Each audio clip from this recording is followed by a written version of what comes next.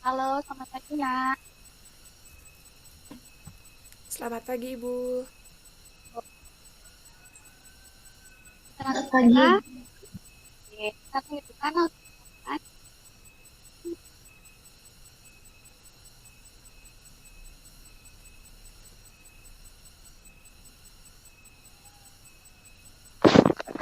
suaranya Ibu terdengar, Nak?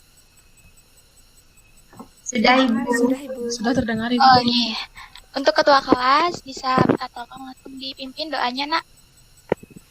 Iya, baik Ibu. Jadi sebelumnya ngaturang panganjari umat, Om Om Swastiastu. Swastiastu. Sebelum kita memulai pembelajaran, alangkah baiknya kita berdoa, berdoa menurut agama dan kepercayaan masing-masing. Berdoa dipersilakan. Berdoa selesai. Baik, saya kembalikan ke Ibu. Terima kasih, Nak Putri. Untuk hari ini ada yang tidak hadir, Nak. Semua hadir, Semua hadir, Ibu. Ibu. Bagus, good. Ada PR atau tugas yang Ibu berikan sebelumnya? Belum ada, Ibu. Baik. Kalau begitu, ada yang tahu kita hari ini mempelajari tentang apa? Ada yang tahu? Enzim, Bu. Enzim? Ibu. Karena kita hari ini mempelajari enzim ketialin, Bu. Good, Liza dan Putri. Hari ini kita akan mempelajari mengenai enzim petialin.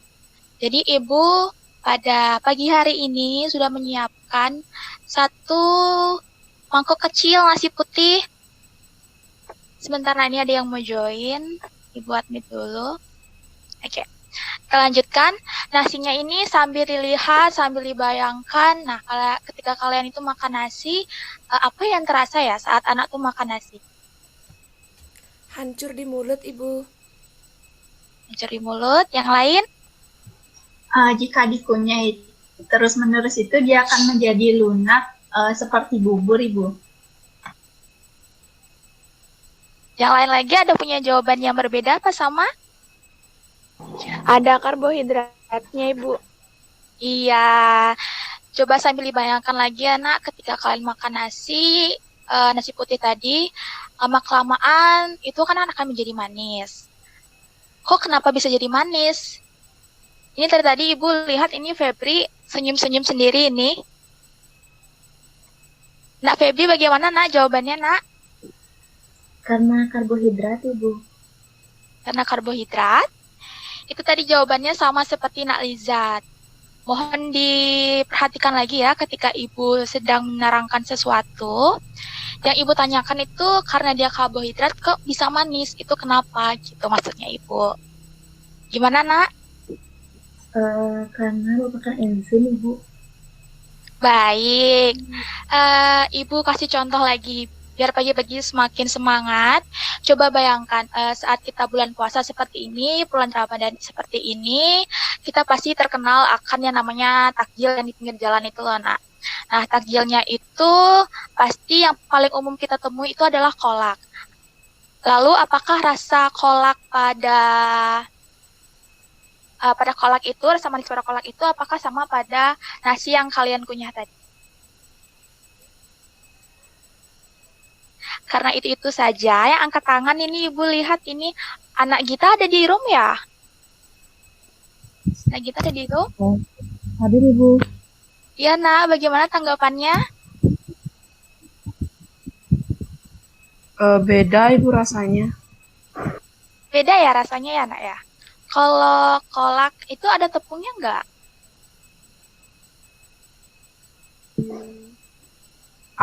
Ada Ibu, sama rasanya Ibu sama. Baik, enzim yang bekerja di sana, baik enzim yang bekerja di sana apa ya nak?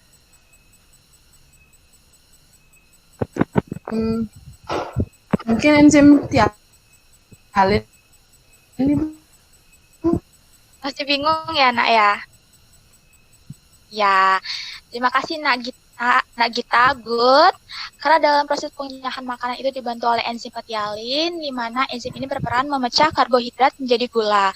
Itu kenapa makanya rasa manis itu hampir sama, bukan hampir sama dengan kolak. Karena di kolak itu juga ada tepung yang merupakan karbohidrat, seperti itu. Untuk letak enzim petialin itu di mana ya, Nak? Ada yang tahu? Di lidah, Ibu. Terima kasih, Nak Putri. Bagus sekali jawabannya. Tapi Ibu perlu tambahkan lagi sedikit. Jadi enzim petialin itu diproduksi oleh air liur yang letaknya berada pada rahang bawah, lalu ada bawah telinga dan lidah bagian bawah. Baik, Ibu tanya kembali. Bagaimana ya cara kerja dari enzim? Lalu ada yang tahu faktor apa yang mempengaruhi kerja enzim?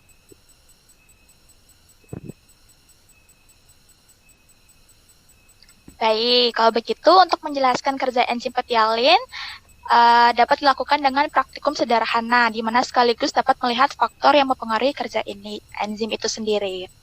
Baik, nah sebelum melakukan praktikum, Ibu sendiri akan menjelaskan terlebih dahulu apa itu enzim. Untuk slide-nya, anak-anak bisa unduh di WAG kita. Lalu Ibu minta tolong ke salah satu anak untuk menampilkannya, Nak.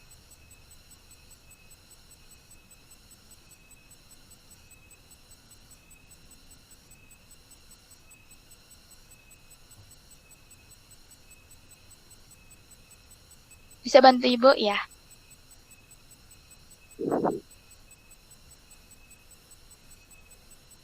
Jadi sudah terlihat, Nak. Terima kasih. Baik, Ibu akan jelaskan. Enzim itu adalah biomolekul berupa protein yang berfungsi sebagai katalis dalam suatu reaksi kimia organik.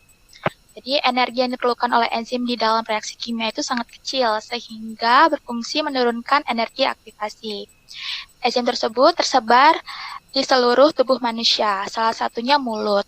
Organ pertama yang kita gunakan untuk mencerna makanan itu sendiri adalah mulut. Enzim yang dihasilkan oleh kelenjar ludah yang bernama enzim petialin memiliki fungsi untuk mengubah pati atau amilo menjadi maltosa. Untuk letaknya sudah Ibu partkan. Itu ada 1, 2, 3. Untuk bagian 1, itu letaknya di bawah telinga. Itu sampai bisa di-compare sama gambar yang di sebelah kanan ya, Nak. Lalu untuk bagian kedua, letaknya di rahang bawah atau submandibular gland. Lalu bagian 3 itu letaknya di bawah lidah atau sublingual gland. Sampai di sini, paham, Nak? Apakah ada yang bertanya? Paham, Ibu. Paham, Ibu. Baik. Baik, anak-anak bisa lanjutkan kita ke uji enzim petialin. Jadi, siapkan bahan sesuai dengan LKS, karena Ibu sudah berikan dari minggu kemarin. Adakah yang ingin bertanya mengenai praktikum yang nanti anak akan laksanakan? Baik, jika tidak ada, Ibu yang akan bertanya, mengapa ya kita menggunakan betadin sebagai penguji dalam praktikum kali ini?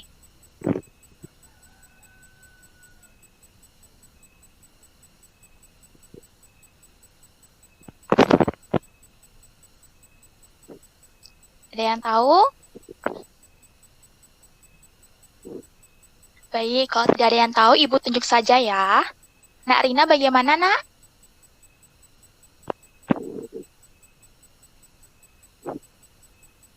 Nak Rina ada di grup, ada di room ini? Ya, Ibu.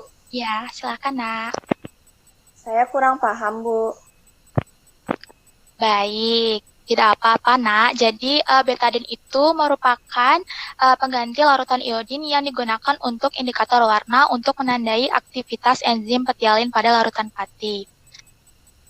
Selanjutnya Ibu bertanya lagi, lalu larutan kanji itu untuk apa, Nak? Untuk anak yang lain ada yang tahu? Sebagai larutan penguji, Bu. Baik, sudah bagus ya, Nak Putri. Tapi perlu ada ini sedikit perbaiki. Larutan kanji tersebut berperan sebagai substrat yang akan direaksikan oleh enzim petialin.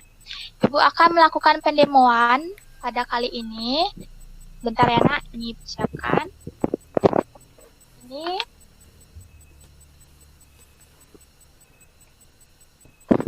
Ini sudah ada larutan kanji plus saliva sama betadin. Belum ada betadinnya. Nanti kita akan tetes dengan betadin. Jadi ada larutan kanji dan saliva. Kita akan tetesi 2 sampai 3 tetes.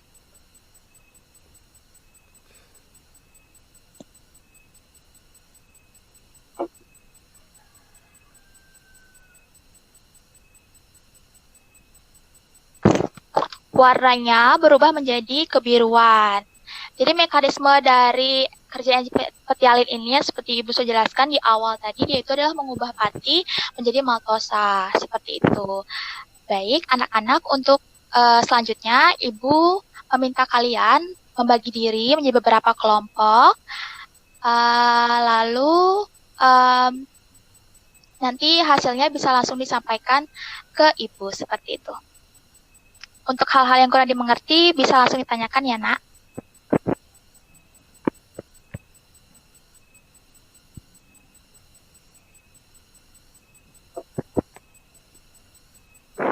Baik, Nak. Ibu minta salah satu perwakilan kelompok untuk menampilkan hasil pengamatannya. Sebelum Ibu tunjuk, ada yang mau menampilkan? Mohon izin Ibu, kami dari kelompok 2 ingin menyampaikan hasil kami. Iya, silakan, Nak. Mohon izin untuk share screen Ibu. Ya, Nak, silakan.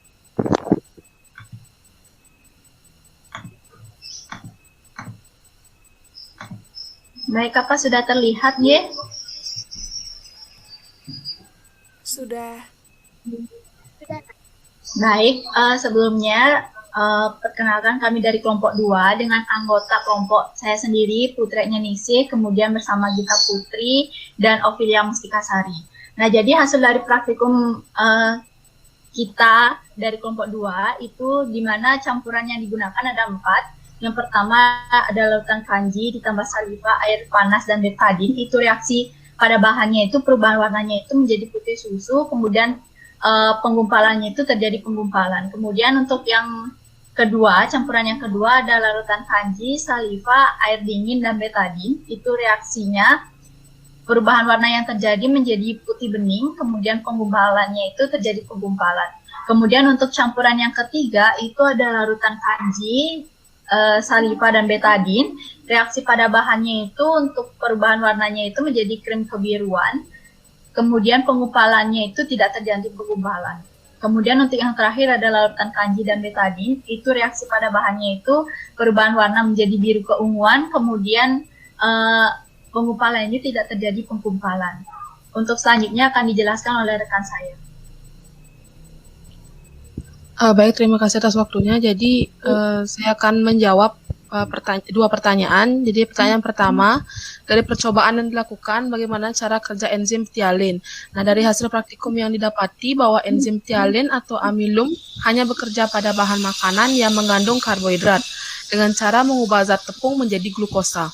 Enzim dalam proses kerjanya dipengaruhi oleh faktor suhu. Nah, suhu sangat mempengaruhi kerja enzim. Pada suhu yang tidak normal, maka larutan akan hancur. Pertanyaan kedua, berdasarkan percobaan yang Anda lakukan, suhu yang paling baik dalam melakukan kerja enzim ptialin? Jawabannya adalah suhu yang paling baik saat melakukan kerja enzim yaitu pada suhu ruangan. Baik, selanjutnya akan dilanjutkan oleh rekan saya. Baik, untuk selanjutnya, ini merupakan ada dokumentasi praktikum. Terdapat 4 foto pada slide, dan di bawahnya sudah tertera tulisan mengenai nama-nama larutan tersebut. Selanjutnya, dan juga untuk slide yang terakhir, terdapat dokumentasi praktikum seperti yang dijelaskan oleh Putri sebelumnya, larutan-larutan yang digunakan oleh kelompok kami. Baik, sekian presentasi dari kelompok kami. Ada yang ingin ditanyakan untuk teman-teman yang lainnya? Tidak, Tidak. Tidak. Baik, jika tidak ada, sekian presentasi dari kelompok kami. Mohon maaf jika terdapat salah kata ataupun penyampaian. Saya ucapkan terima kasih.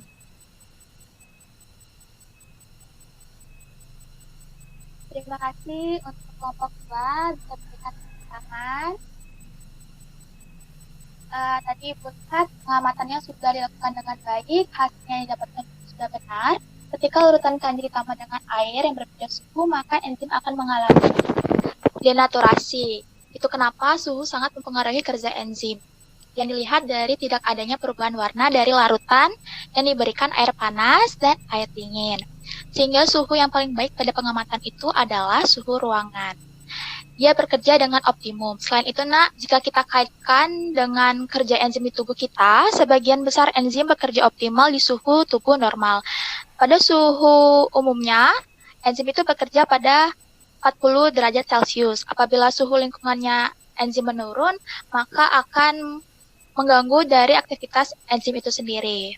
Untuk mekanisme kerja enzim juga dapat dilihat dari larutan kanji yang ditambahkan dengan saliva dan ditetesi betadine yang berwarna krim kebiruan tadi, yang berarti saliva bekerja memproses makanan yang mengandung karbohidrat.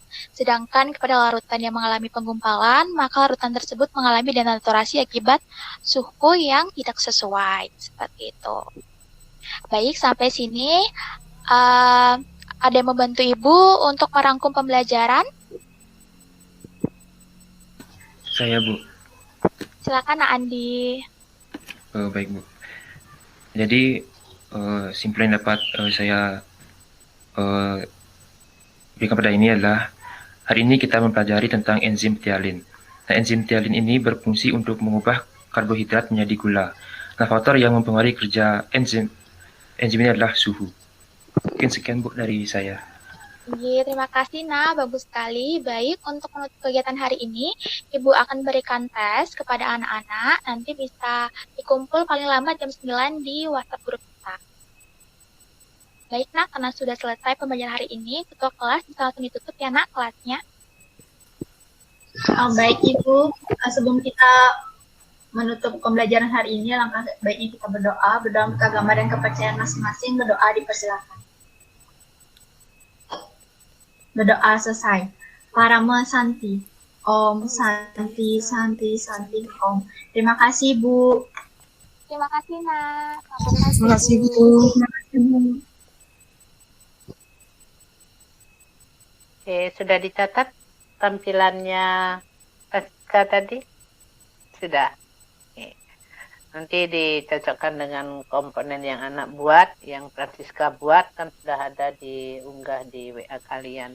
Sekarang kita lihat tampilan Ovilia. Slide ini. Oke, silakan Ovilia.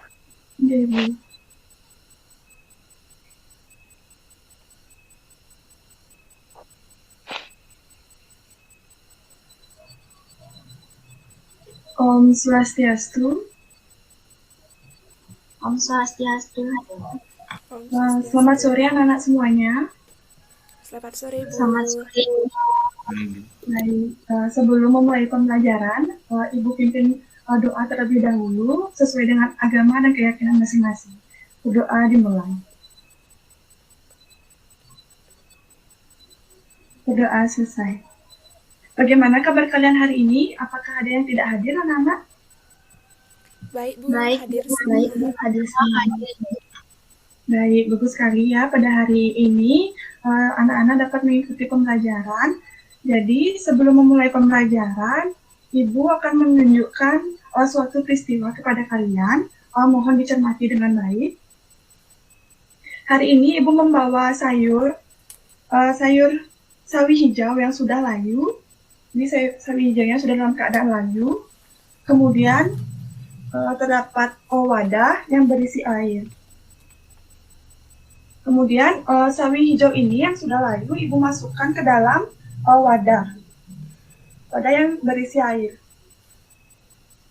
Kemudian lama-kelamaan sawi hijau ini akan mengalami atau dalam keadaan segar kembali. Menurut kalian dari peristiwa yang Ibu jelaskan ini, ada yang tahu peristiwa apa? Ada yang bisa membantu Ibu untuk menjawab?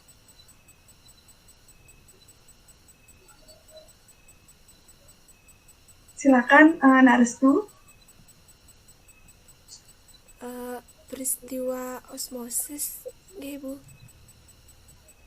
Sepertinya Restu masih ragu-ragu ya untuk menjawab karena belum tegas menyampaikan jawabannya. Untuk anak-anak lainnya, apakah ada yang bisa menjawab pertanyaannya? Mohon izin Ibu. Iya, Febri. Ya benar Ibu, jadi peristiwa yang Ibu jelaskan adalah osmosis Ibu.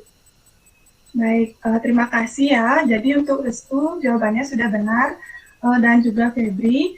Pada hari ini kita akan mempelajari materi mengenai osmosis. Jadi itu tadi salah satu contoh peristiwa osmosis. Pada hari ini kita akan mempelajari materi osmosis dengan harapan kalian dapat menjelaskan mekanisme terjadinya osmosis dengan benar dan dapat menentukan faktor-faktor yang mempengaruhi terjadinya osmosis. Selanjutnya, Ibu akan bertanya kepada kalian, siapa yang tahu apakah yang dimaksud dengan osmosis? Ada yang bisa menjawab? Baik, semuanya angkat tangan ya. Jadi Ibu tunjuk Siska saja. Jadi, osmosis adalah proses perpindahan dari zat yang berkonsentrasi rendah ke zat yang berkonsentrasi tinggi melalui membran semi-permeabel Ibu. Baik, terima kasih jawabannya yang telah disampaikan oleh Nak Siska. Jadi di sini Ibu akan menjelaskan mengenai osmosis. Jadi yang dijelaskan oleh Siska tadi sudah benar. Osmosis adalah proses perpindahan zat pelarut dari zat yang berkonsentrasi rendah atau disebut dengan hipotonis ke zat yang berkonsentrasi tinggi atau hipertonis melalui membran semi-permeabel. Kemudian, jika terdapat dua larutan yang tidak sama konsentrasinya, maka molekul air akan melewati membran sampai kedua larutan tersebut seimbang. Kemudian jika sel dimasukkan ke dalam larutan yang isotonis, bentuk sel tetap dalam keadaan yang seimbang. Akan tetapi jika sel tumbuhan berada dalam larutan yang hipertonis atau konsentrasi larutannya terlalu tinggi daripada cairan selnya, air di dalam plasma sel akan berosmosis keluar sehingga sel tersebut akan mengkurut atau menyusut. Kemudian untuk selanjutnya, Ibu akan tampilkan slide kepada kalian.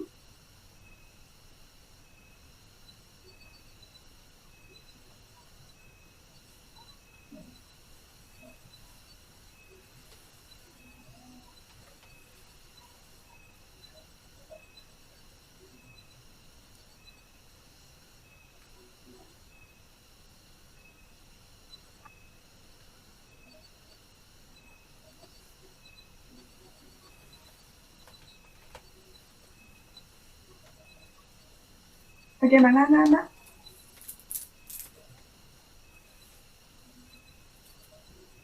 Belum terlihat. Belum ya? Sudah, Ibu.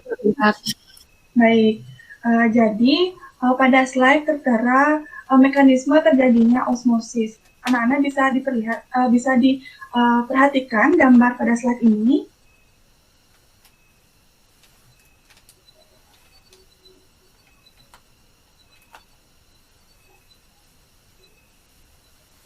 Ini merupakan mekanisme terjadinya osmosis. Jadi anak-anak Ibu ingin bertanya kepada kalian, adakah yang tahu atau adakah yang bisa menjelaskan dari gambar tersebut? Saya Ibu. Ya, silakan Agita.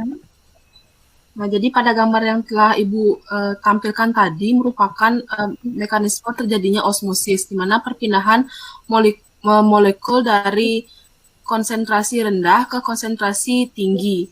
Membran semi-permeabel harus bisa dilalui oleh pelarut, namun tidak oleh zat terlarut yang menyebabkan gradien tekanan sepanjang membran.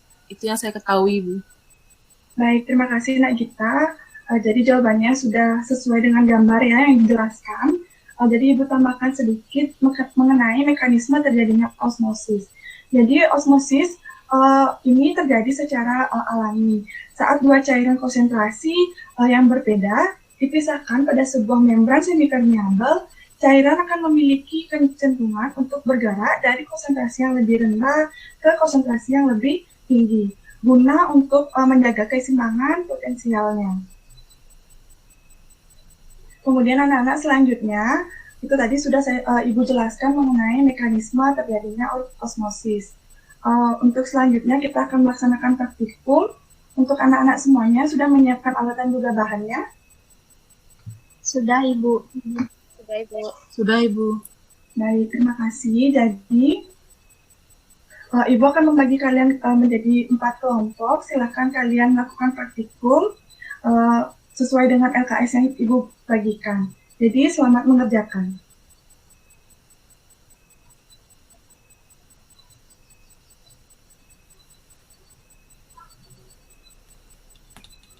Baik anak-anak, karena waktunya sudah habis, anak-anak Ibu minta ditunjukkan dulu hasil praktikum yang telah kalian lakukan.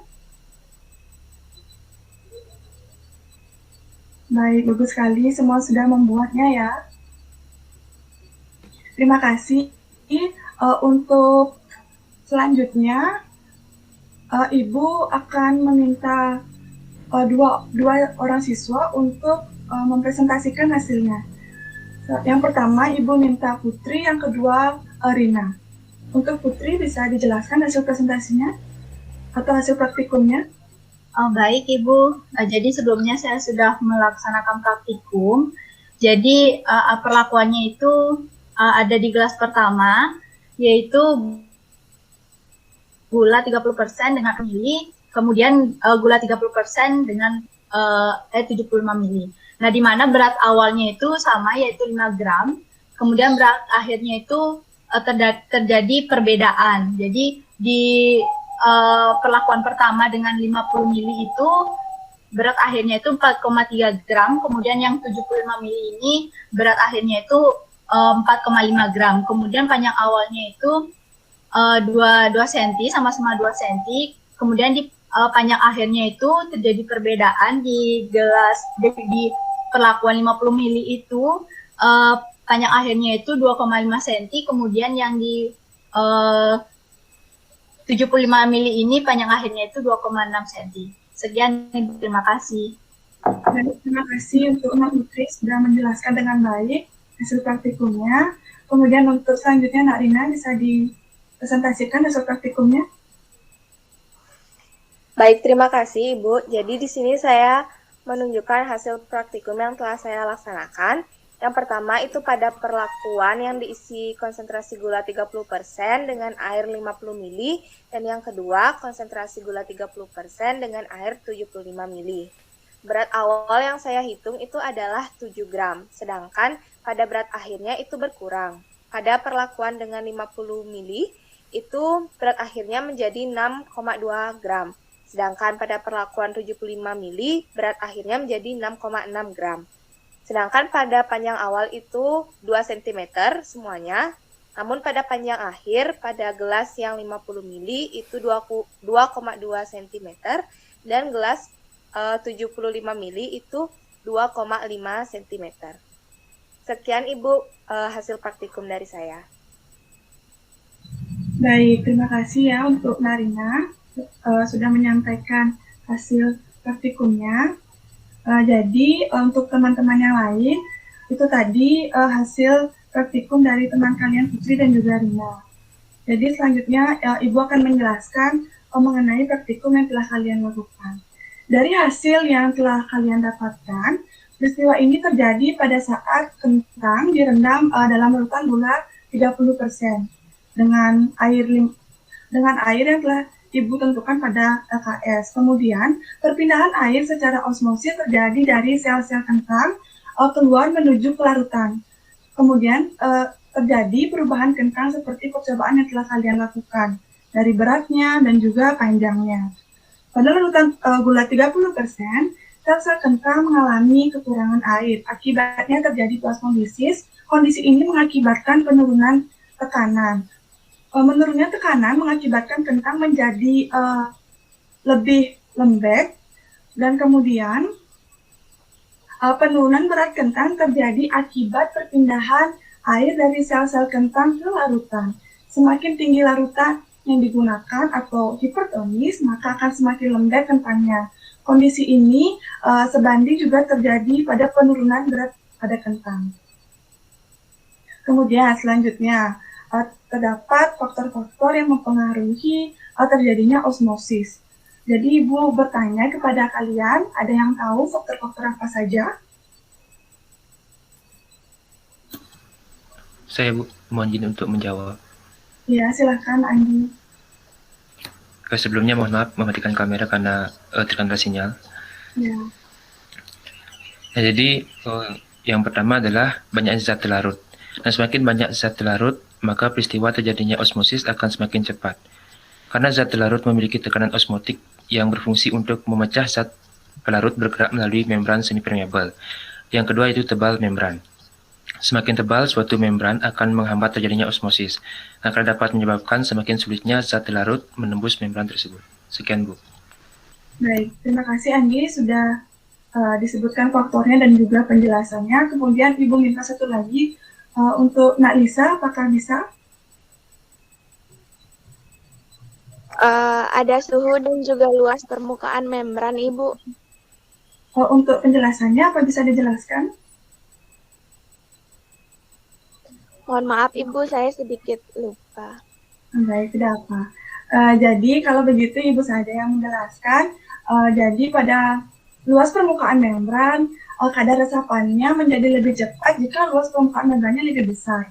Kemudian, pada suhunya, pergerakan molekul dipengaruhi oleh suhu, karena kadar resapan akan menjadi lebih cepat pada suhu yang tinggi dibandingkan dengan suhu yang rendah. Baik, itu tadi pembelajaran mengenai materi osmosis.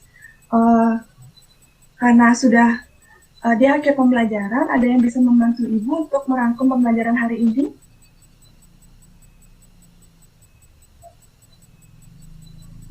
Saya, Ibu. Ya, silakan Aina. Baik, Ibu. Jadi rangkuman pembelajaran hari ini yaitu osmosis adalah proses perpindahan air atau zat pelarut dari zat yang berkonsentrasi rendah atau hipotonis ke zat yang berkonsentrasi tinggi atau hipertonis melalui membran semi-permeabel.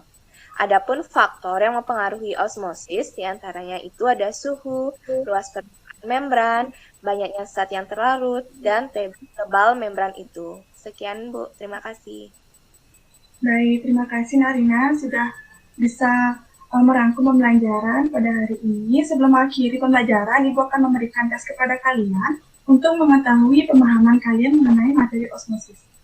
Silakan dikerjakan.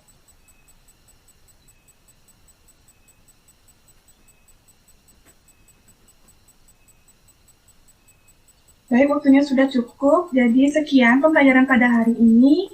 Semoga dapat bermanfaat bagi kalian mengenai materi osmosis. Sebelum Ibu akhiri, mari kita berdoa menurut agama dan keyakinan masing-masing. Berdoa dipersilakan. Berdoa selesai. Terima kasih anak-anak. Selamat sore. Terima kasih Bu, selamat sore. Terima kasih Bu, selamat sore. Terima kasih, Bu. Selamat sore. Selamat sore, Bu Guru. Ya. Tadi masalah yang perlu dipikirkan yang dilakukan oleh Ophelia tadi, besar kentang sama, konsentrasi air sama, yang berbeda cuma volume air, yang berbeda adalah volume airnya. Kenapa hasil pengamatannya bisa berbeda? Itu sebenarnya menggelitik sekali untuk memacu pemikiran pemikiran kritisnya anak-anak ya. Jadi keterampilan menjelaskan kan kita sudah latihkan waktu ini. Sekarang kita lihat dulu bagaimana Lisa Putri melatihkan KDM membuka dan menutup pelajaran. Oke, silakan Lisa. Iya, Bu.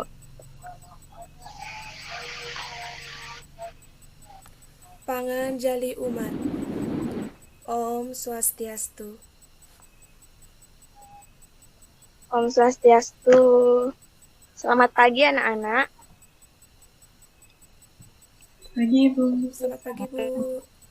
Nah, baik, selamat pagi ya. Sebelum kita memulai kelas pada hari ini, sebaiknya kita berdoa terlebih dahulu ya. Doa Ibu pimpin langsung, berdoa mulai.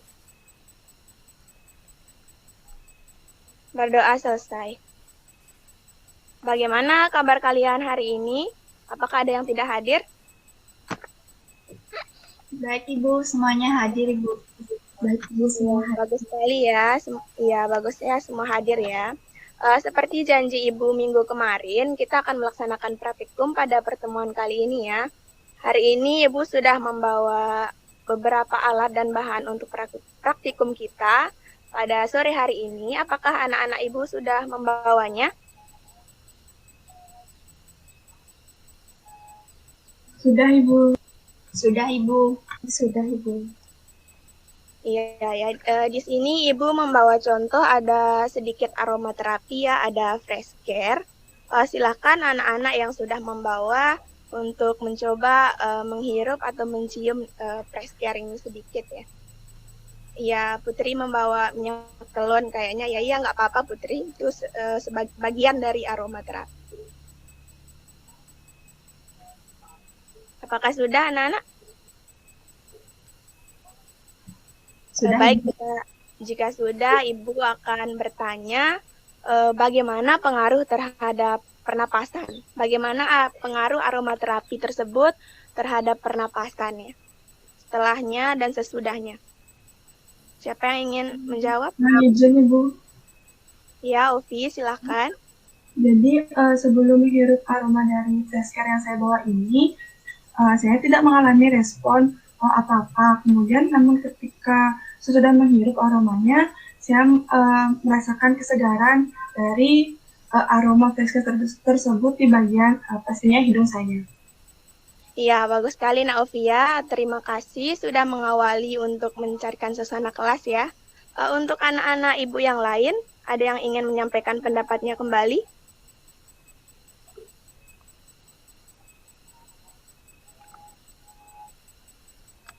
Ada? Baik, jika tidak ada, Ibu minta Nak Restu ya. Nak Restu, apakah ada di room? Ini Ibu. Bagaimana Nak Restu? Baik, mohon izin Ibu, seperti yang dikatakan Ovi tadi, ketika saya belum mencium bau dari fresh care ini, hidung saya sedikit agak tersumbat Ibu. Tapi setelah saya mencium aroma dari fresh care tersebut, hidung saya mulai sedikit lebih plong Ibu. Iya, benar sekali ya yang dikatakan temannya tadi, Nak Ovi dan Nak Restu. Setelah menghirup aromaterapi, baik itu fresh care atau aromaterapi lainnya, baik itu minyak telon, akan berpengaruh pada penciumannya ya. Terima kasih Nak Ovi dan Nak Restu. Baik, jika fenomena sederhana tadi bisa menimbulkan respon positif terhadap kesehatan sistem pernapasan kita, dan pada pertemuan kali ini topik pembahasan kita yaitu mengenai pengaruh rokok terhadap kesehatan sistem pernapasan. Baik, sebelum kita melaksanakan praktikum pada sore hari ini, Ibu akan memberikan sedikit video ya tentang gambaran yang bisa menunjang anak-anak Ibu untuk melakukan praktikum mandiri di rumah. Ibu akan menggunakan HP ya, maaf ya.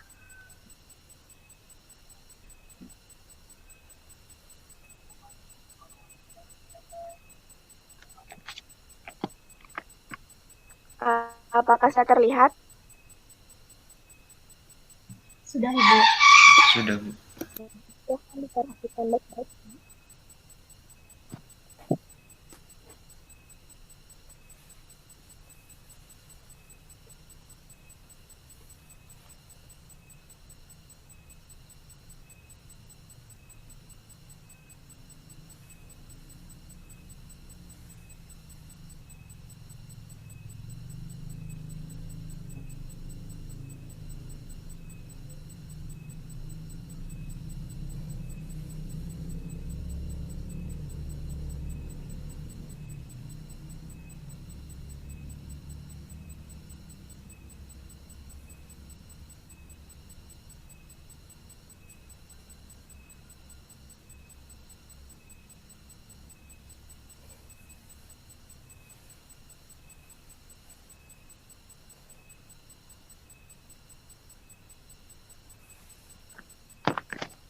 Ya baik, itu tadi ya. Itu tadi gambaran untuk kita melakukan praktikum pada hari ini. Baiklah, hari ini langsung saja ya kita melaksanakan praktikum mengenai efek samping rokok terhadap kesehatan. Silakan ikuti prosedur yang sudah Ibu kirimkan melalui WA Group kemarin dan sesuai dengan LKS ya. Waktu pelaksanaan praktikum ini 10 menit. Jika ada yang ingin ditanyakan atau yang belum dimengerti di tengah-tengah praktikum, silahkan bertanya kepada Ibu langsung ya. Atau bisa bertanya kepada temannya. Silahkan dimulai.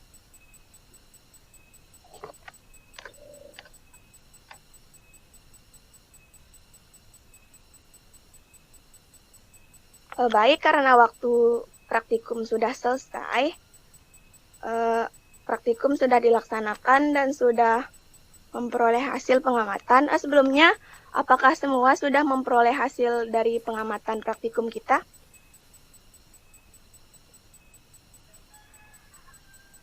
Halo, apakah suara Ibu terdengar? Ibu. Ya, baik. Setelah melakukan praktikum dan sudah mendapatkan hasil, kita akan lanjut ke sesi diskusi ya. Sebelumnya, Ibu meminta Nak Andi untuk menyampaikan hasil praktikumnya ya. Karena Ibu lihat Nak Andi di sini memiliki kemungkinan besar untuk mencoba untuk merokok ya. Silakan Andi. Baik, izin untuk menyampaikan hasil. Yeah. Nah, jadi yang pertama, dengan tisu yang tidak diberikan paparan asap rokok, dia tidak mengalami perubahan warna. Nah, kemudian yang kedua, tisu yang diberikan paparan asap rokok, dia berubah warna menjadi kuning kecoklatan. Nah, hal ini menandakan adanya bahan-bahan kimia yang berbahaya bagi kesehatan. Mungkin itu yang bisa saya sampaikan, Bu. Terima kasih. Ya, baik. Terima kasih Nak Andi ya. Sebelumnya Ibu ingin bertanya pada Nak Andi.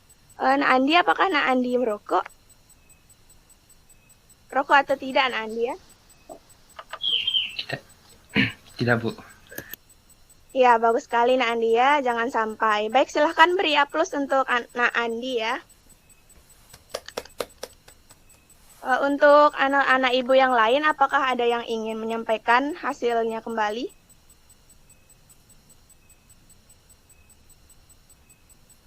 Ada yang ingin menyampaikan atau hasilnya sama? Hasilnya sudah sama, Ibu. Ya, baik ya.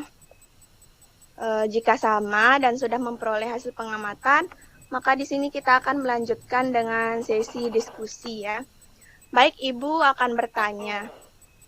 Silakan yang ingin menjawab, silakan untuk mengangkat tangan atau membuka mikrofonnya ya.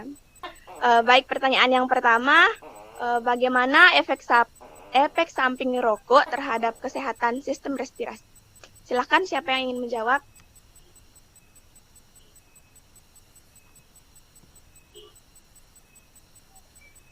Ayo, siapa yang dapat saya, Ibu. Silakan. Dapat menimbulkan masalah kesehatan, Ibu. Ya, baik. Contoh masalah kesehatan yang ditimbulkan itu apa, Nak Putri, kira-kira? Contohnya itu seperti sakit pada paru-paru, Ibu. Kemudian bisa membunuh seseorang yang kecanduan merokok tersebut. Iya, betul sekali ya yang dikatakan Anak Putri. Resikonya itu seseorang bisa mengalami radang pada paru-paru sehingga dapat melemahkan fungsi sistem respirasi dan bisa bahkan resiko yang paling buruk itu menyebabkan kematian. Baik, pertanyaan selanjutnya, apakah yang terkandung pada rokok sehingga menyebabkan gangguan pada sistem respirasi?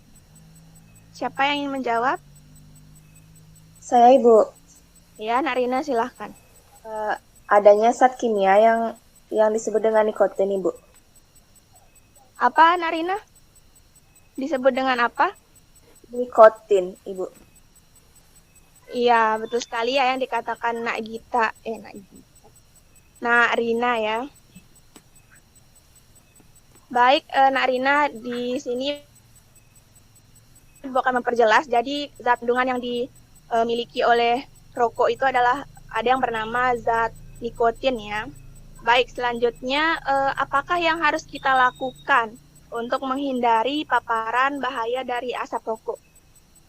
Siapa yang ingin menjawab? Dengan tidak merokok, Ibu. Ya, baik. Bagus Nagita ya, dengan tidak merokok. Siapa lagi yang selanjutnya? Baru satu ya, merokok. Nak Febri? Oh ya, silahkan Nak Febri. Caranya adalah dengan tidak merokok dan menghindari paparan asap rokok, serta menjaga kebersihan udara di sekitar kita. Iya, betul sekali ya yang dikatakan Nak Gita dan Nak Febri tadi. Yang harus kita hindari yaitu dengan tidak merokok, atau menghindari paparan asap rokok, menjaga kebersihan udara di sekitar kita, serta kita sering melakukan olahraga ya, serta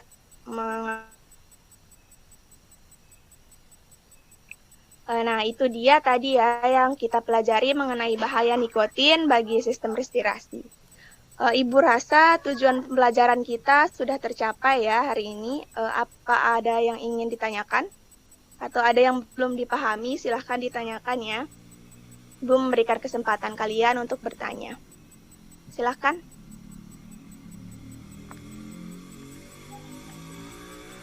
Tidak ada? Baik, jika tidak ada, saya ingin ada salah satu dari siswa Ibu untuk menyimpulkan pembelajaran kita pada sore hari ini. Ibu lihat Nak Siska ada di room hari ini? Ya, Ibu. Ya, Ibu minta Nak Siska untuk menyimpulkan ya pembelajaran kita pada sore hari ini. Silahkan Nak Siska. Iya, Bu.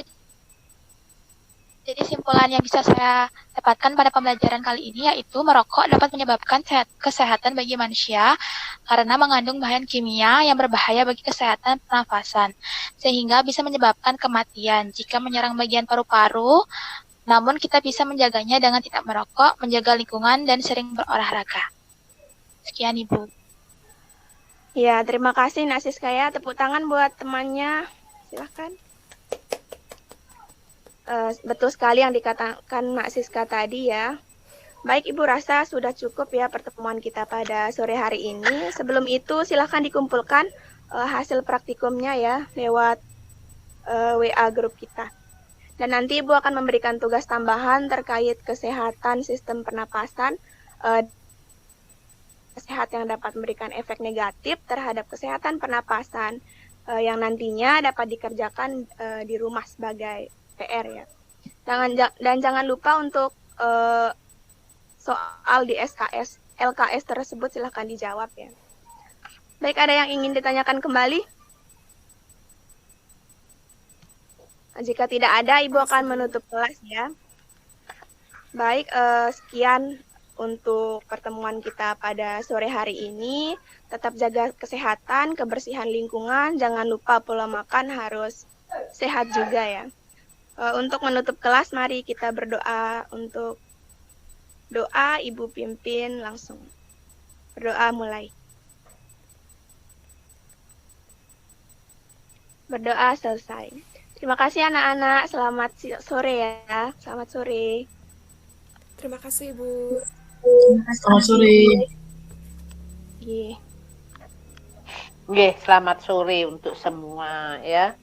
Nah, kita sudah lihat bersama tadi 3 mahasiswa sudah melatihkan KDM membuka dan menutup pelajaran ya.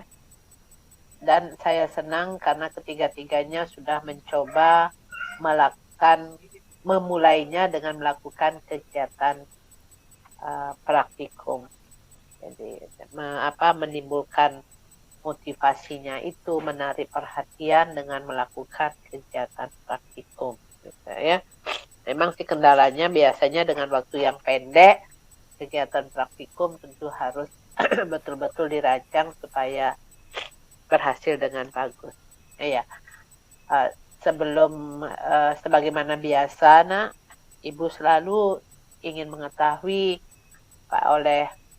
mengetahui perasaan, refleksi diri dari mahasiswa trainee ya, mulai dari tadi pertama kan Francisca, kemudian Olivia dan Lisa Putri secara berturut mungkin menyampaikan. Mulai dari Francisca. Ini Bu, terima kasih.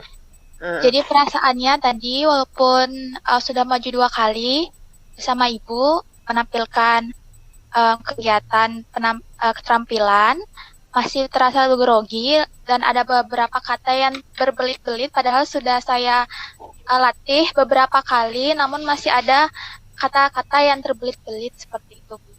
Lalu untuk waktunya juga saya sebelumnya sudah melakukan latihan itu pas 15 menit. Namun pas di room ini itu sekitar 17 menit, Ibu.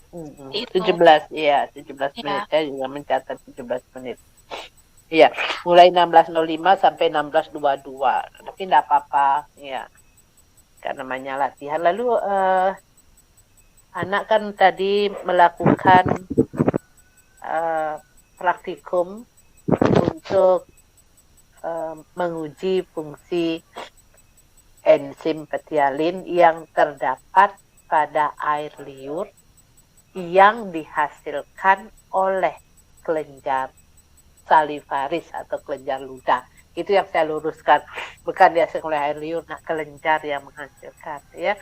Kelenjar ludah itu yang besar memang ada 3, glandula parotis yang ada dekat telinga, glandula submandibular yang ada di rahang bawah, dan glandula sublingualis yang ada di bawah lingua atau di bawah lidah, dan juga glandula salivaris yang kecil-kecil yang ada di pipi, di sebelah dalam pipi, dan juga ada di lidah. Itu bukan yang 3 besar itu aja, ada yang kecil-kecil. Semuanya mengandung enzim petialin antara lain. Nah, enzim petialin itu sebenarnya memecah, tadi sudah disebutkan, amilum menjadi maltosa. Jadi yang terasa manis itu maltosa, maltosa. Jadi jangan disebutkan karbohidrat lagi, yang terasa manis itulah maltosa, ya sejenis disakarida. Petialin itu sejenis amilase, jadi memecah amilum menjadi maltosa. Tetapi mungkin akan, kalau tadi Francisca kan mengatakan mencoba mengkomparasi, membandingkan rasa yang ada di mulut kalau kita mengunyah lama, tadi kan Putri mengatakan lumat mengunyah lama, dengan rasa takjil sejenis kolak. Kalau anak bertanya apakah rasanya berbeda, ya siswa yang belajar fakta pasti jawabannya akan berbeda. Kenapa? Karena rasa dari kolak atau takjil yang lain itu sudah ada campuran aromanya, karena ada rasa santannya. Mungkin yang perlu bicara apakah juga terasa manis, nah itu ya. Manisnya yang ditekankan. Manisnya pasti berbeda ya. Jadi kenapa ya, seperti tadi, karena takjil itu kan sudah ada campuran-campuran yang lain yang menyusun menu takjil itu, kolak itu. Tetapi kalau betul tapi namanya nasi yang dikunyah itu ya manis murni, manis. Jadi anak-anak tidak akan bisa membedakan gitu. Apa terasa manis ya gitu. Kalau gitu iya terasa manis. Kenapa? Ya karena di takjil itu juga ada karbohidrat jenis, kalau itu kan bahannya dari sukrosa pasti, gula pasir, itu juga di sakarida yang terasa manis gitu ya. Betul, indikatornya betadin itu pengganti indikator, harusnya anak kenalkan. Ini SMA kan Nak Francisca? Apa indikator yang digunakan untuk mengetahui adanya amilum yang anak ganti dengan betadin? Ibu. Apa indikator yang digunakan untuk mengetahui adanya amilum yang anak ganti dengan betadin? Ketika ditetesi, kita dengar Ibu, ketika ditetesi larutannya berubah menjadi biru atau keunguan. biru Apa keungu. indikator, nama indikatornya di lab itu apa namanya indikatornya? Yang anak kemudian ganti dengan betadine. Reagennya apa namanya? Kalau tidak tahu indikator reagennya, sorry saya reagen untuk menguji adanya amilum. Tahu? Lugol Ibu, iodin. Iya bagus, Lugol. Apa reaksi positifnya? Berubah warna menjadi biru biasanya kalau pakai larutan lugolnya itu. Ya, nanti kelihatan berwarna biru. Biru kan, birunya ya berjenjang tergantung dari amilum yang dikandungnya. Jadi ini Ibu meluruskan dari segi materi. Jadi karena tidak ada Lugol, maka digantilah dengan betadine. Gitu ya. Kemudian tadi anak gunakan amilumnya itu kan kanji. Nah, kanji dipanaskan tentu menggumpal. Lalu apa perbedaan yang didapatkan tadi antara yang dipanaskan dengan yang tidak diisi air panas? Kalau yang tidak diisi air panas tidak terlalu menggumpal. Iya. Warna ungunya mana yang lebih keras? Warna hitamnya. Yang tidak diisi air panas. Yang tidak diisi air panas.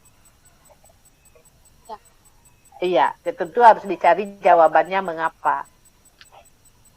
Kan begitu. Memang akhirnya anak mengatakan bahwa salah satu faktor yang mempengaruhi kerja enzim adalah suhu. Kan begitu.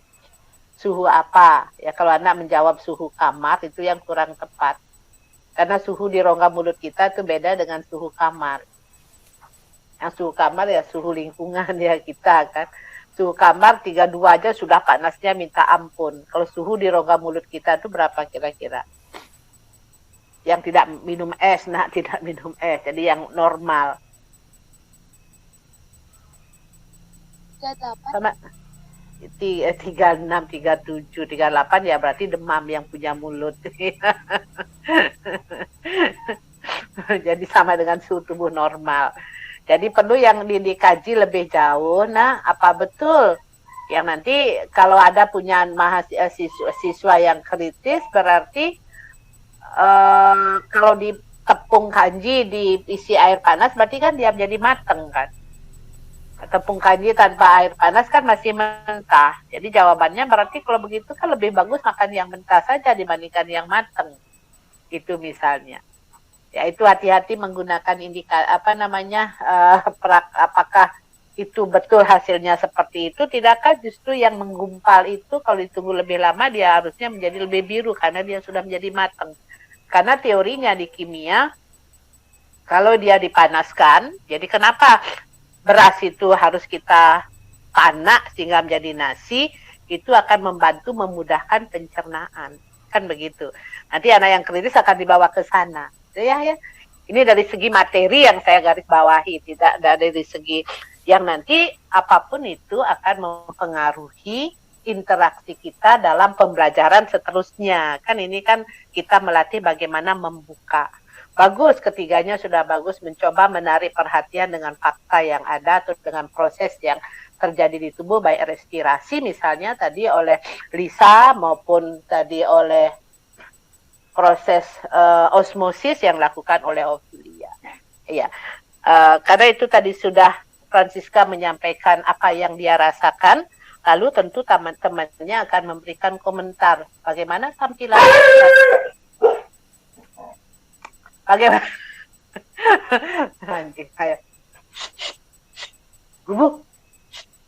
bagaimana tampilan Francisca kali ini. Coba siapa yang akan mau memberikan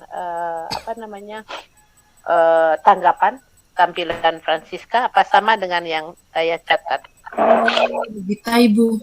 Iya, silakan Gita, silakan. Baik, terima kasih. Jadi yang kita catat itu tadi sesuai dengan apa yang Siska bilang. Untuk waktu, Siska lebih 2 menit.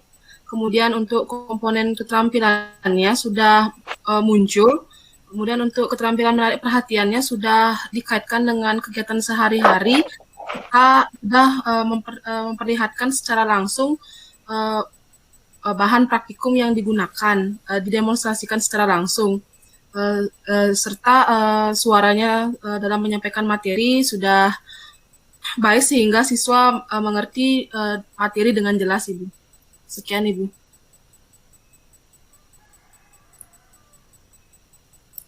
Mohon maaf, Ibu, mic-nya masih mute.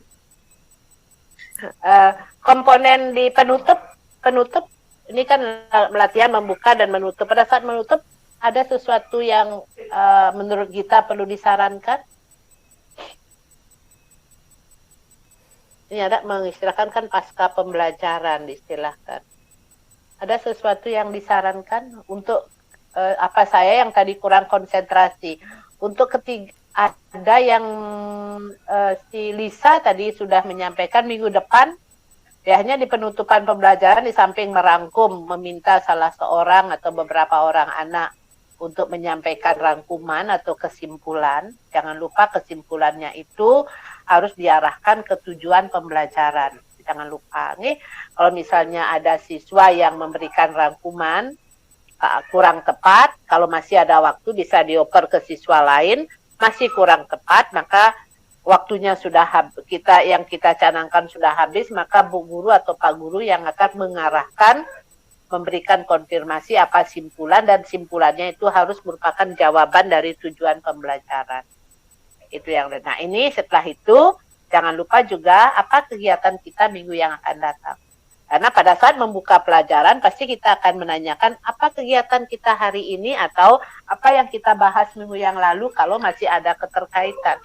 Tidak ada kalau dalam materi apapun itu pasti ada keterkaitan pelajaran sebelumnya dengan pelajaran yang akan datang. Itu akan dijadikan sambungan untuk membangkitkan motivasi, mengaitkan apa yang sudah dipelajari dengan yang akan dipelajari.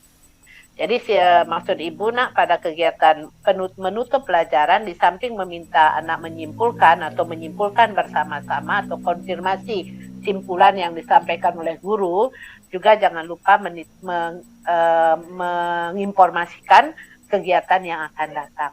Apakah dalam bentuk pekerja rumah misalnya tadi sudah ada, atau dalam bentuk pengayaan materi yang sudah dijelaskan, ada yang belum selesai, atau mengingatkan minggu depan kita akan belajar ini, tolong diingatkan apa yang anak minta, itu harus begitu. Dalam kegiatan sudah anak lakukan tadi, hanya saja di RPP mininya itu belum dituliskan, ya tugas minggu yang akan datang, mungkin begitu. Oke, makasih kita. Memang dari segi suara ketiga-tiganya saya komentari bersama. Warna suara, kemudian intonasi suara, irama juga sudah mulai membagus. Mungkin karena sudah berapa, ini kan KDM kelima, ya sudah bagus walaupun tampil di room hanya bergilir gitu ya. Jadi yang ada saya mungkin agak grogi, tidak perlulah grogi, apalagi kita berseberangan, tidak akan ketemu gitu ya. Oke, makasih kita. Kita lanjut sekarang untuk Ovilia. Ovi, coba disampaikan apa yang anak rencanakan, kira-kira sudah bisa tidak terjadikan di room tadi. Baik Ibu, mohon izin menyampaikan. Jadi setelah saya melatih kegiatan tadi, sudah sesuai dengan yang saya latihkan sebelumnya, sebelum presentasi, tapi masih saja ada perasaan grogi jika pada saat tampil, dan juga sudah ada, menurut saya sudah ada kemajuan sampai sekarang Ibu dari tahun sebelumnya. Sekian Ibu. Iya, makasih.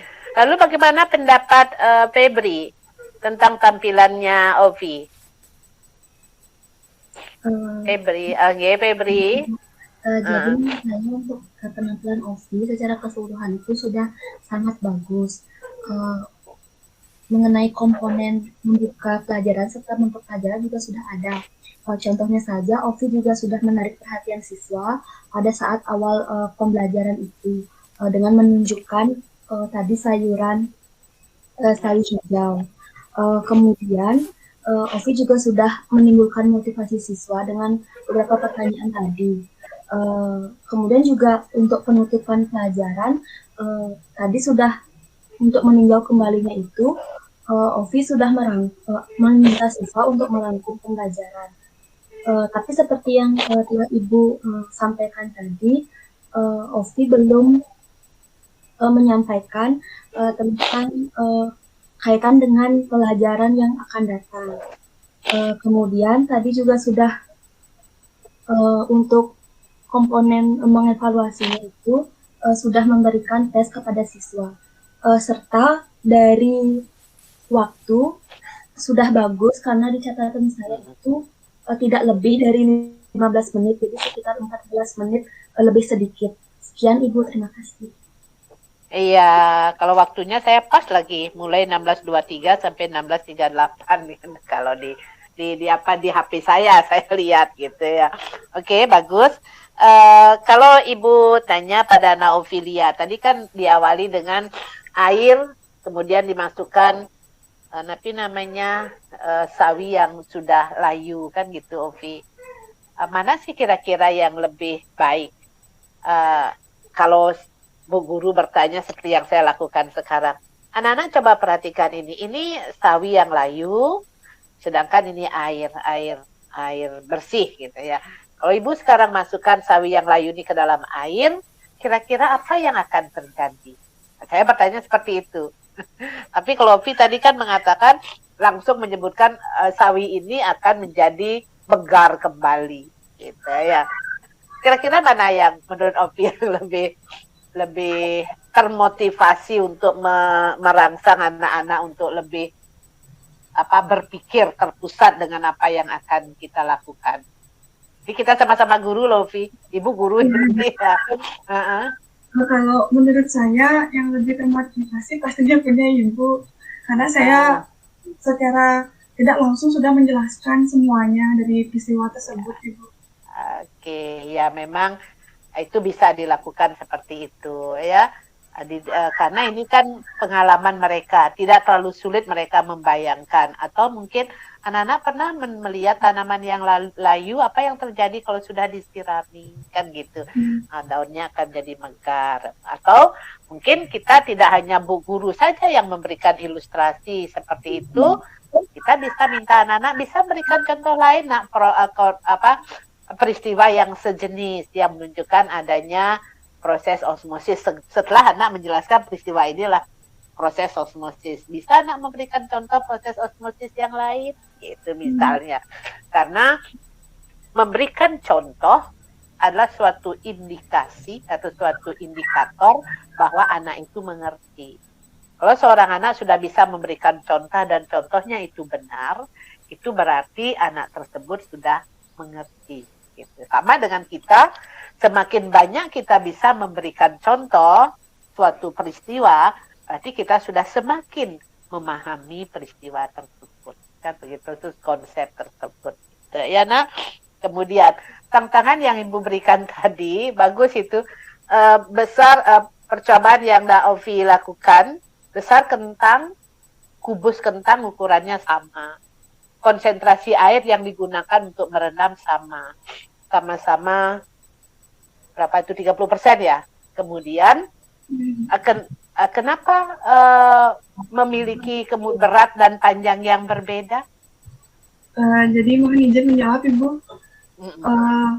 Pada praktikum yang saya gunakan tadi ada larutan menggunakan 30% gula dengan airnya 50 ml dan juga 30% gula dengan airnya 75 ml. Jadi larutan gula yang 30% pada 50 ml itu airnya jadinya lebih pekat dibandingkan dengan 75 ml. Kemudian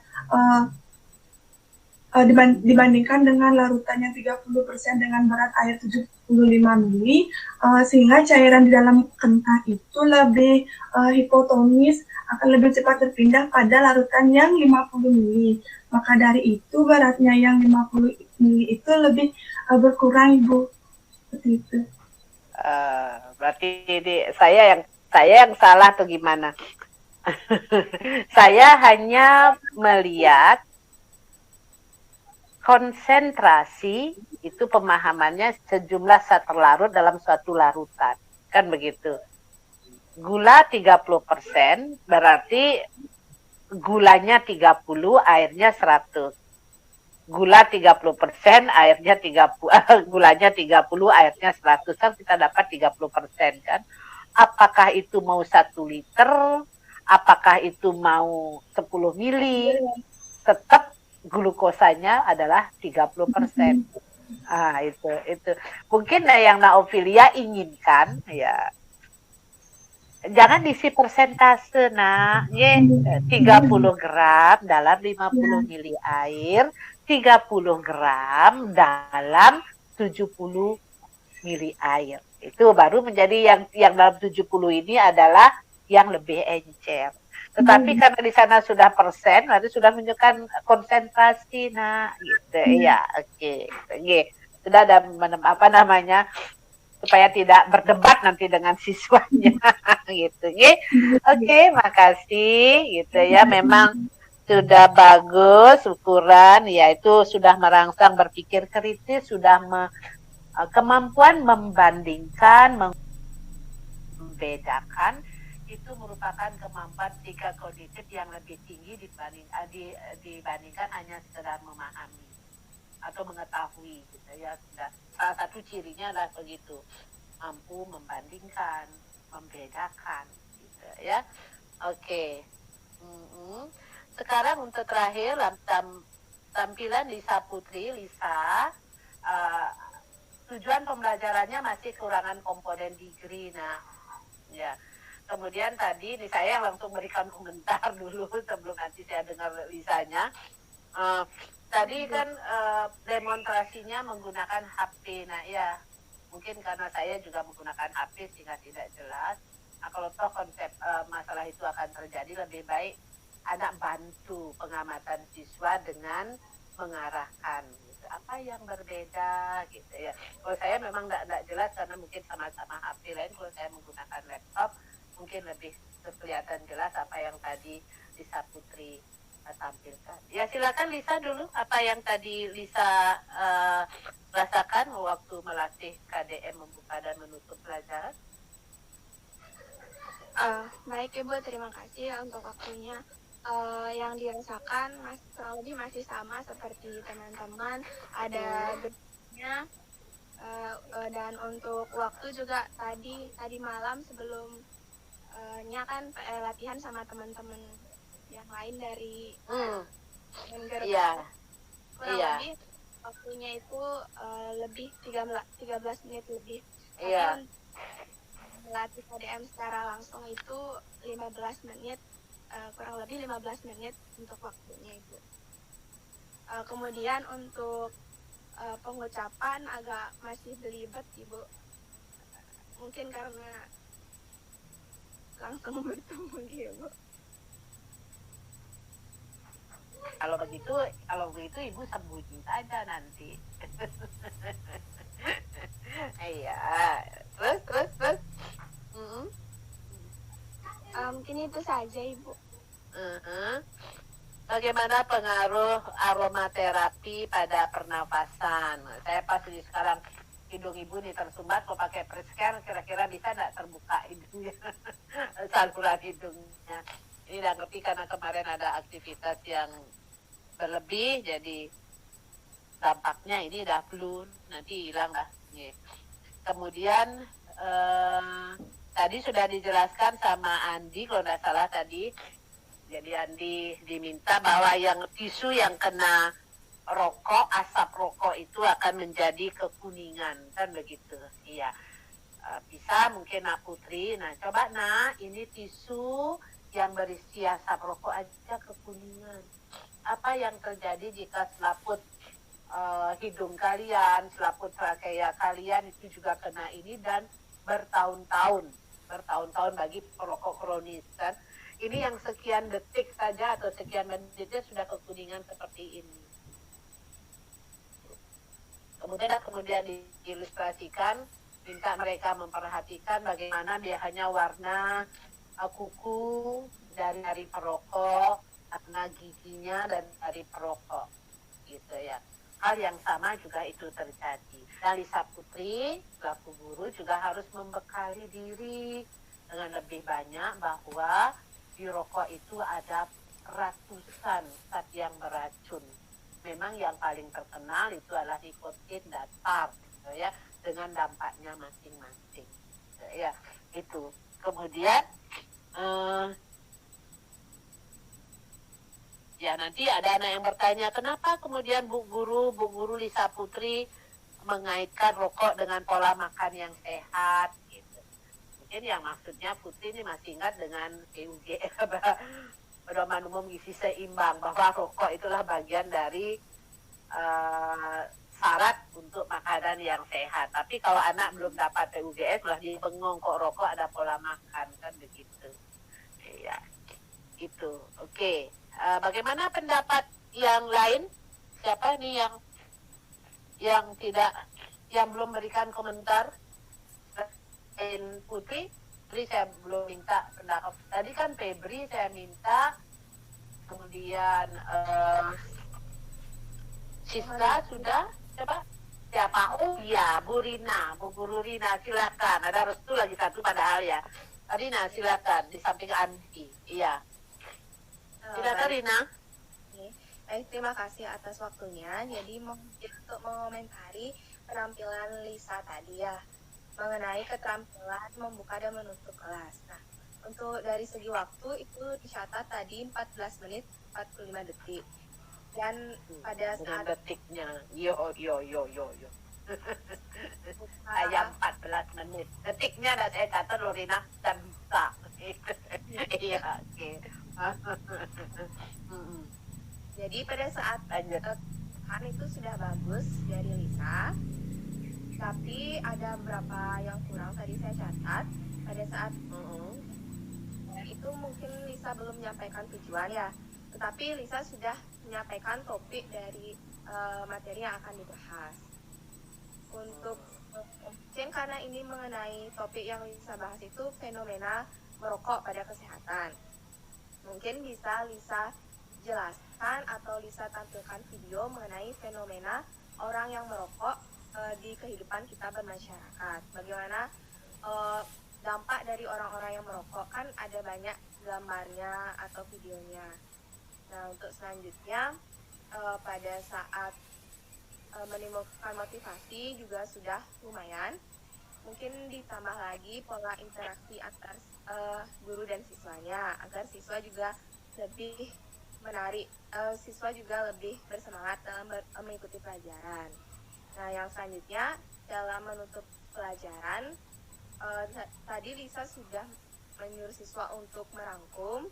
Mungkin Lisa juga bisa menambahkan dengan menekankan kembali hal-hal yang penting yang perlu diingat dalam pembelajaran yang sudah dilalui tadi. Dan mungkin juga Lisa bisa memberikan sedikit bekal kepada siswa mengenai bahaya merokok, dan bisa sehingga itu dapat menjadi bekal bagi siswa untuk mengetahui sebenarnya bahaya merokok itu bukan hanya rokok aktifnya saja, tapi rokok pasifnya juga sangat berbahaya. Jadi mereka bisa memberitahu misalnya ada keluarga mereka atau saudara mereka yang merokok. Itu bisa jadi ilmu yang sangat bermanfaat bagi siswa itu. Mungkin sekian saja, tapi keseluruhan sudah bagus, Lisa. Terima kasih. Iya. Terima kasih Rina, ya Lisa, dan juga anak yang lain memang membelajarkan sesuatu yang kontekstual, kesempatan kita mengintegrasikan pendidikan kesehatan. Ya. Saya kan kebetulan tahun lalu itu tahun 2020 itu penelitian di SMP Lab itu tentang buku kesehatan remaja untuk karakter sehat. Karena sampai saat ini di sekolah manapun itu tidak ada pendidikan kesehatan khusus merupakan satu mata pelajaran. Tetapi pendidikan kesehatan itu seharusnya guru yang memiliki keterampilan, kemampuan untuk mengintegrasikan. Seperti yang dicontohkan sama Rina dan kalian tadi yang lain. Kesempatan pada saat apalagi kita guru biologi. Nah, guru biologi itu sangat berpeluang untuk memberikan untuk Nggak apa-apa Liza, kasih dah siapa tadi itu lewat gitu ya. Ya, ini saya dikasih boneka sama, halo Lisa boneka gitu. Nggak apa-apa. Nah, kalau saya di rumah ini tadi beberapa kali ada yang lewat, grupnya menggonggong. Nah, inilah salah satu seninya kalau kita mengajar dari rumah. Nah, seperti tadi gitu ya. Jadi memperluas wawasan sekaligus memberikan titipan pesan kepada anak didik kita, pada masyarakat betapa bahayanya rokok. Itu aja mungkin diambil di satu iklan di mana-mana itu ada di jalan itu. Orang ganteng perokoknya, tapi di bawahnya ada tulisan kecil, ada laki-laki yang bolong giginya. Itu aja dibahas sudah bagus misalnya. Kenapa dia sampai bolong gitu ya, dilobangi. Kemudian ada pesan yang menjembatkan remaja itu berpikir tidak apa ini pesan rokok itu kan pesan ambigu itu. Nah, di satu sisi di atasnya orang ganteng dengan kemampuan yang spektakuler ya, di bawahnya merokok dapat membunuhmu. Ini kalau dikaji itu apa sih sebenarnya yang diinginkan? Ya, artinya masyarakat itu diajak untuk berpikir cerdas, gitu ya. Diajak untuk memilih mana pilihanmu. Kalau kamu ingin sehat ya janganlah merokok, gitu ya. Banyak betul perokok pasif itu sama bahayanya dengan perokok aktif.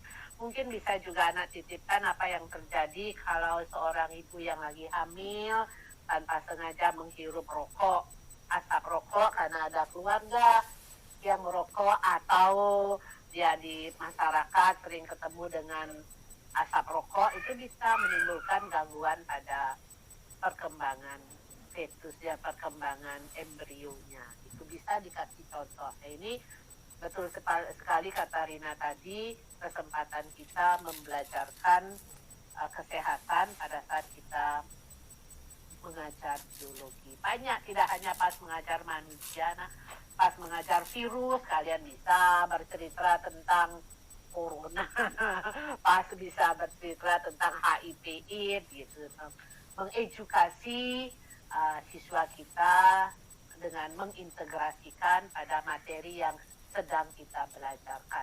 Ini harusnya dilakukan oleh semua guru, kan itu syaratnya revolusi mental yang disampaikan oleh presiden kita. Karakter antara lain karakter sehat itu kan dibelajarkan oleh semua lapisan masyarakat. Karena yang namanya sehat itu hanya bisa dimunculkan dari pengetahuan yang diulang, melahirkan suatu pembiasaan atau habituasi, menjadilah kemudian karakter. Sekarang seperti kita, karakter bermasker. Jadi mungkin karakter bermasker itu apa sudah karakter atau tidak? Tapi kalian sudah hampir mengatakan maskerlah kebutuhan. Jadi lama-lama kalian kemana-mana udah pakai masker kok aneh. Sama dengan sekarang kalian kemana-mana kalau tidak bawa HP, waduh kok kebelingan, aduh HP saya ketinggalan, ya heboh banget. Kalau zaman dulu orang nggak bawa HP, nggak sih biasa-biasa saja. Jadi HP itu seperti bagian sekarang gitu ya. Helm juga sama gitu ya. Dulu pakai helm kok aneh, sekarang kok loh, saya belum pakai helm, nah, itu kan. Nah, karena itu sudah dilatih, dibiasakan. Hidup sehat juga seperti itu. Sering diinformasikan, sering dibaca, dipampang di mana-mana, kemudian mempengaruhi pola pikir, mempengaruhi sikap, akhirnya mempengaruhi perilaku. Itu jalurnya. Nah, ya. Terima kasih banyak nak, kalian sudah sangat ternyata RTP KDM-nya semua sudah kalian buat, tuh betapa semangatnya. Iya, hanya Bu Citra yang nggak lambat untuk merespon. Kalau bertanya, Ibu sudah semua gitu dah putrinya. Oh iya, saya lihat tadi di link yang diberikan. Oh iya, betul semua sudah sampai KDM ke-8 gitu. Ya, terima kasih banyak atas semangatnya. Tinggal nanti ya perbaikan dilakukan. Tinggal kalian semakin ke depannya kemajuannya semakin termak.